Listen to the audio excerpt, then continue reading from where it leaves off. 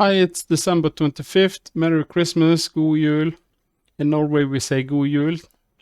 And technically it refers to the pagan pre-Christian New Year celebration. And this is something I really think is fine. Even though I grew up in a Christian home, I have never bought into this whole God concept. Anyway, how about you?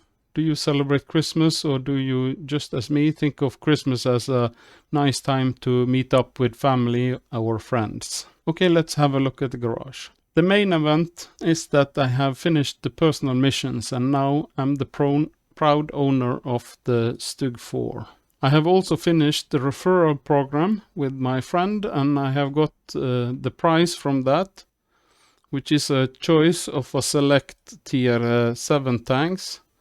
Some tier 6s and some tier 7s. I chose the SU 122-44, which is a really good tank. I don't have any experience from the SU 122-44 from before, but my impression is that it's really good. I have also upgraded the Crusader 55.5 inches self-propelled gun, and I have upgraded the grille to the Hummel. I have also bought the Type T34 on the Chinese medium line, but right now I've set progress on the Tech Tree a bit on hold because it's sales for, amongst other things, directives. I'm buying the natural cover directive because I'm using it both on the AMX 12 ton and the Elk Even 90. This leads us to the topic of today, setting up your light tanks. As I have said before, when I started playing the game, I did everything wrong. But the worst thing I did was to play tanks without training the crew and without proper equipment on the tanks. This is something I really regret later because it affected my all my scores.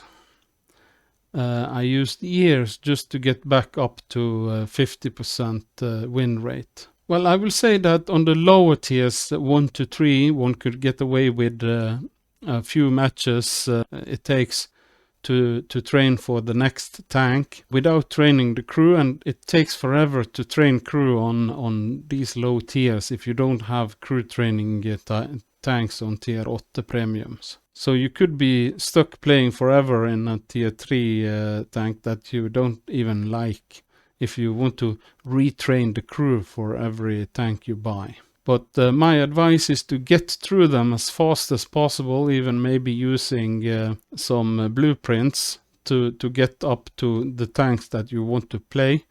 But from tier 5, you should start trying to enjoy the tanks and to play them properly like they're supposed to be played with fully trained crew and with a couple of skills at least. And then you can use the directive for concealment and set them up like they're supposed to be. Especially one should not play light tanks over tier 5 or 6 without having proper equipment and crew and get the skills maxed out. A light tank without concealment is like a sucky medium tanks. It's like a medium tank just with a much lower damage potential. With setting up the tank, I mean that you should have a fully trained crew with concealment skill of 100, or you should use the concealment directive. Preferably, you should use both. You should have camouflage on the tank. It's not very expensive. You can use the rental concealment for the tank. You should also use equipment that help with concealment. I would recommend using the low noise exhaust system and not a camo net, because the camo net only help you after you have got into position, and even if you do passive spotting, sometimes you have to move around in a bush or you have to change positions, and the camo net will not help you to do that. I also recommend using a fan, which gives the crew skills, boost the crew skills, and I also use premium consumable food instead of the fire extinguisher. As you see on my AMX 12 ton, this has boosted my hiding skill up to 47.8%, both when I'm moving and when I'm stationary. On the Elk Even 90, concealment skill is 54.8 when moving and when stationary. All this means that I very often lose money instead of earn money on light tanks. But as I said, without it, the tank is really just a sucky medium tank. It gets spotted just as easy as a medium tank. And you can't use it as it's supposed to be used, as a sneaky damage dealer or a spotter for the team. So my advice is not to play light tank at all if you don't set it up properly. Light tanks should come with a warning sign from Wargaming side. Well, you're actually warned from Wargaming side.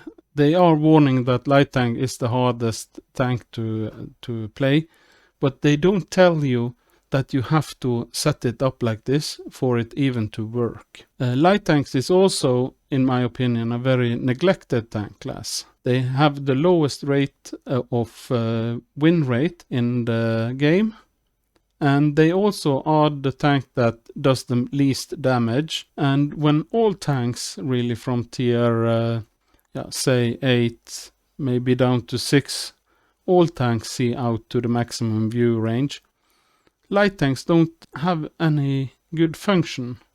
And many maps are not designed so that light tanks can do anything. And in that case, you just have to do it as much damage as you can. Light tanks take the greatest risk, they have the lowest HP, and they don't even get paid for the job that they do. So for my advice for newbies is that don't play light tank at all, more than you need to do your personal missions. And if you want to play light tank, you should choose one light tank and set it up properly. If you can't afford to set up several light tanks with all the equipment, choose one and set that up with all the equipment it needs, and then earn money on other tanks and use this tank just to do the missions. My opinion is that there is only one light tank that is good in the whole game, and that is the Elk Even 90. And then, of course, there is the EBR 105 on tier 10. But the EBR 105 is not really played as a light tank. It's played as a damage dealer. It's a sneaky damage dealer. So, in my opinion, it shouldn't even be a light tank, it should be a medium tank. The neglect of the light tank class is, in my opinion, one of the most critique-worthy part of how the game has developed. I know that Wargaming probably want the game to be more individualistic, competitive, like Counter-Strike, just with tanks. But this seems to me to be a really big caliber shot in the leg from the developer's side. They adhere to a tiny but loud-mouthed part of the player base, calling themselves the Wargaming community, consisting mostly of Super Unicum players. Generally, the Super Unicums don't want the game to be a cooperative game at all. They just want to farm, and who's the best at farming is the best player. That's also why they don't want artillery in the game. Arty is a game balancer. They are absolutely necessary for the game to be even playable for non-Unicum players. In many games, they are the only tank that will give support damage for what the light tanks is spotting. Lights and artillery are connected as support tanks in the game. And on top of that, light tanks don't get paid in experience or credits for the job they are doing for the team. On the account that if a tank shoots at something it spots itself, the initial spotter don't get any experience for that. Even if it was the light tank who found the enemy. The scenario is like this. You, as a light tank driver, sneaks up and find an enemy tank in a bush. when the sixth sense go off or they spot you back, they will shoot and then retreat. Now, when they shoot, everybody see them for themselves. They are spotted anyway, so it doesn't matter for them. But for the light tank it matters, because now he don't get any experience for the spotting. One could say it's as simple as this. If there's no light tanks and no artillery in the game, then the game is no longer a cooperative game. I am actually of the opinion that already as the game works right now, a team consisting of only heavy tanks would beat any balanced team. This, of course, if the skills of the players is the same. So there is no balance in the game other than that a light tank is matched with a light tank on the opposing team, and the same with artillery. And artillery is matched towards another artillery on the opposing side. So again, please set up your light tanks for the job that it's intended to do. Sneak and spot. Or you're actually hampering the team's chances of winning. If you, as a light tank, simply play the tank as a sniper or medium tank, which it sucks at being, and your opponent, the tank that you are matched against, set up his tank to win, then it's simple. The team will lose. So to newbies also, set up one light tank with all the equipment, all the consumables, and set it up as it should be, as I have mentioned above. And just play that tank to do the missions. And then when you are more experienced, you can play light tanks later. Because playing light tank, when it actually works, is really, really fun. Okay, that's it for now, folks.